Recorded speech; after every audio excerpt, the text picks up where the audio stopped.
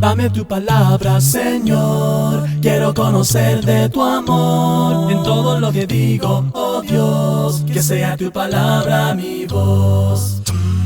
Gracias por acompañarnos aquí en el programa Lea la Biblia. Yo soy Timothy Archer. Y yo, Bruno Valle, con Timothy Archer, acá en Honduras, Tegucigalpa. Acá estamos trabajando juntos. Qué bueno, hermanos. Es una bendición que estemos juntos para la gloria de Dios y grabando estos programas tan importantes. Hoy nos toca hablar de Salomón. Salomón en toda la narrativa de Crónicas. Es un personaje sumamente importante. Ahora, directamente, el nombre Salomón significa pacífico, proviene de la raíz que también significa paz, shalom. Entonces Salomón precisamente concuerda su nombre con lo que fue su gobernatura, su reinado, porque en realidad él tuvo paz. Claro. Y para conseguirlo, pues hizo alianzas con otros reyes, con otras naciones. Tuvo una jornada diplomática muy importante. Hay un versículo que dice: pero tendrás un hijo que será un hombre pacífico. Yo haré que los países vecinos que sean sus enemigos lo dejen en paz. Por eso se llamará Salomón. Durante su reinado yo le daré a Israel paz y tranquilidad, dice Primero de Crónicas, capítulo 22, versículo 9. Entonces, para mantener esa paz, él tuvo que hacer alianzas, tuvo que hacer estrategias diplomáticas. Se casó con la hija del rey de Egipto, del faraón. Claro. Y eso implicaba un matrimonio que era conveniente para Salomón para ampliar su dominio, para ampliar su poder y para tener paz. Claro, claro. La cosa que se hacía en aquel entonces. Sí. En Crónicas se enfoca mucho la tarea de Salomón en construir el templo. Crónicas está muy interesado en todo el tema de los sacerdotes y el templo, y Salomón juega un papel muy importante. Su papá David había preparado todo para que Salomón pudiera realizar esa tarea. Dios no le permitió a él construir, pero él juntó los materiales. Entonces,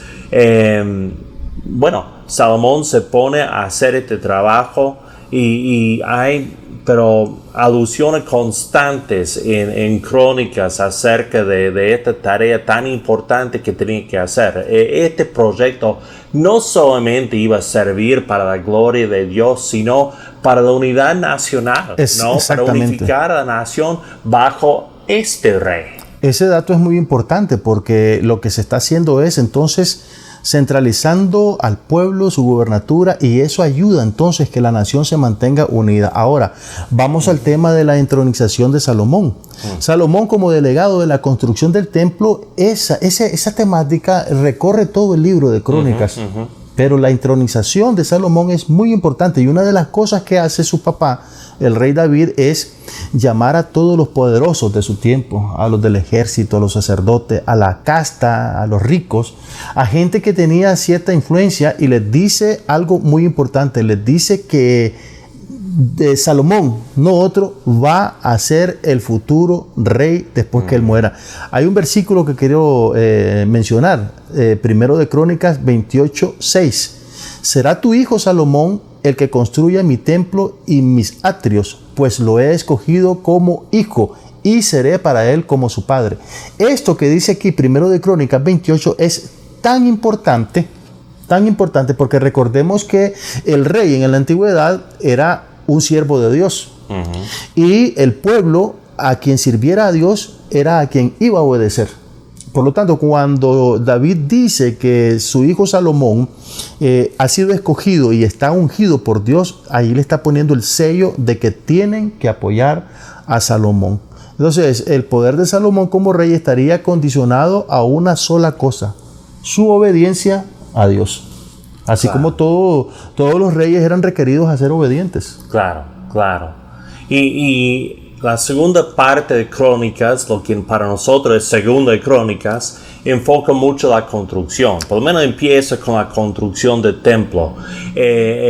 También del palacio de Salomón, que servía función no solamente como vivienda, sino como lugar de justicia, ¿no? para el pueblo. Entonces, para hacer toda esta construcción, Salomón trabajó con Hiram, el rey de Tiro, que había sido amigo de su papá, ahora está trabajando con él.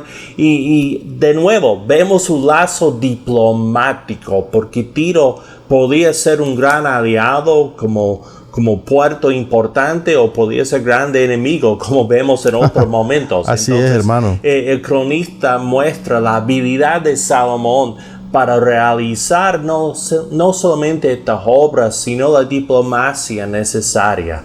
Y después tenemos la consagración del templo. Viene todo el pueblo. Salomón sacrifica pero miles y miles de animales, hacen fiesta por días y días. Primeramente la fiesta de dedicación del templo, y después de las enramadas están ahí. Dice que no había habido nada parecido desde que salieron de Egipto, y todo esto fue parte de las estrategias de Salomón para lograr un buen gobierno de paz y de prosperidad. Ahora, Salomón no solo se quedó, digamos, haciendo como una gobernatura ahí en Judá, sino de que él amplió con tratados económicos, con tratados diplomáticos, conquistó ciudades, hizo pues de la nación algo muy grande. Y se le reconoce a esta época de Salomón como la época de oro del pueblo de Israel. El rey no solo fue constructor de grandes obras, sino también un edificador de la nación, reconstruyendo ciudades, rescatando otras, sometiendo reinados. Por ejemplo, en el capítulo 8 de Segundo de Crónicas describe varias de las operaciones de ampliación de su reino. Leyendo algunos versículos podemos notar lo siguiente. Dice acá en Segundo de Crónicas capítulo 8, versículos 3 en adelante, dice: luego marchó contra ciudad de Hamat de Sabó y la conquistó, reconstruyó Tadmor en el desierto y todos los lugares de almacenamiento que había construido en Hamat. Reconstruyó como ciudades fortificadas Bet-Jarón, la de arriba, y Bet-Jorón de abajo, y les puso muralla, etcétera, etcétera, etcétera. Entonces Salomón realmente fue un estratega en todos los sentidos. Fue ingeniero, constructor, fue diplomático. Bueno, ¿qué no fue este hombre? Llevó a la nación a un punto bastante elevado en su historia. Claro, Crónicas habla de él como constructor, como político, como diplomático, como líder religioso. Pero hay algo que no vemos en Crónicas. Que son los deslices de Salomón. No vemos sus errores, tal como hace con David. Crónicas solamente nos presenta la fidelidad de Salomón. Ahí es donde tenemos que recordar lo que era la historia en aquel entonces. Sí, que claro. No solamente servía para registrar las cosas, sino para enseñar. Eran libros didácticos. Y el propósito del autor de Crónicas es apoyar la importancia del templo, la importancia del sacerdocio. Entonces era muy importante mostrar a David y Salomón como personas fieles. Sí, editaron el material, vamos a ser honestos, pero así se escribía en aquel entonces. No es nada deshonesto, no es nada para engañar a la gente. No hay duda. Solamente es presentar lo que el autor quería presentar. Así es, hermano. Nosotros tenemos que aceptar la Biblia como es y aprender de ella como es. Es importante estudiarla en su contexto, en su momento, y comprender lo que estamos viendo. Así que vamos a seguir viendo en Crónicas. Vamos a seguir con este programa después de esta pausa.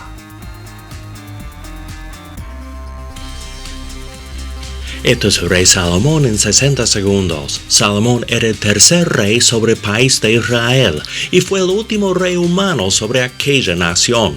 Comenzó su reinado siendo un rey bueno que buscaba hacer lo correcto, Dios le ofreció darle lo que pidiera, y Salomón pidió sabiduría para gobernar. A Dios le agradó esa elección, y le dio a Salomón poder y riqueza también. Salomón se hizo famoso por su sabiduría, y mucha gente vino para conocerlo y escuchar sus dichos. Escribió muchos proverbios y obras sapienciales. Lamentablemente, como en el caso de Saúl, el poder corrompió a Salomón. Para hacer alianzas con otros gobiernos, Salomón se casó con muchas mujeres extranjeras. Estas mujeres hicieron que Salomón dejara a Dios para servir a dioses falsos. Es el rey Salomón en 60 segundos. Oh, cuán dulce es fiar en Cristo y entregarle todo a Él. Dios eterno, Padre soberano, tu pueblo te suplica que sanes nuestro mundo, que toques los corazones de los ricos y poderosos para que puedan tener compasión de las personas marginadas, de las personas que sufren, de las personas necesitadas. Que tu iglesia esté cerca de tales personas. Padre, pedimos una bendición sobre cada oyente de este programa, en el nombre de nuestro Señor Jesucristo. Amén. Siempre quiero fiar en ti.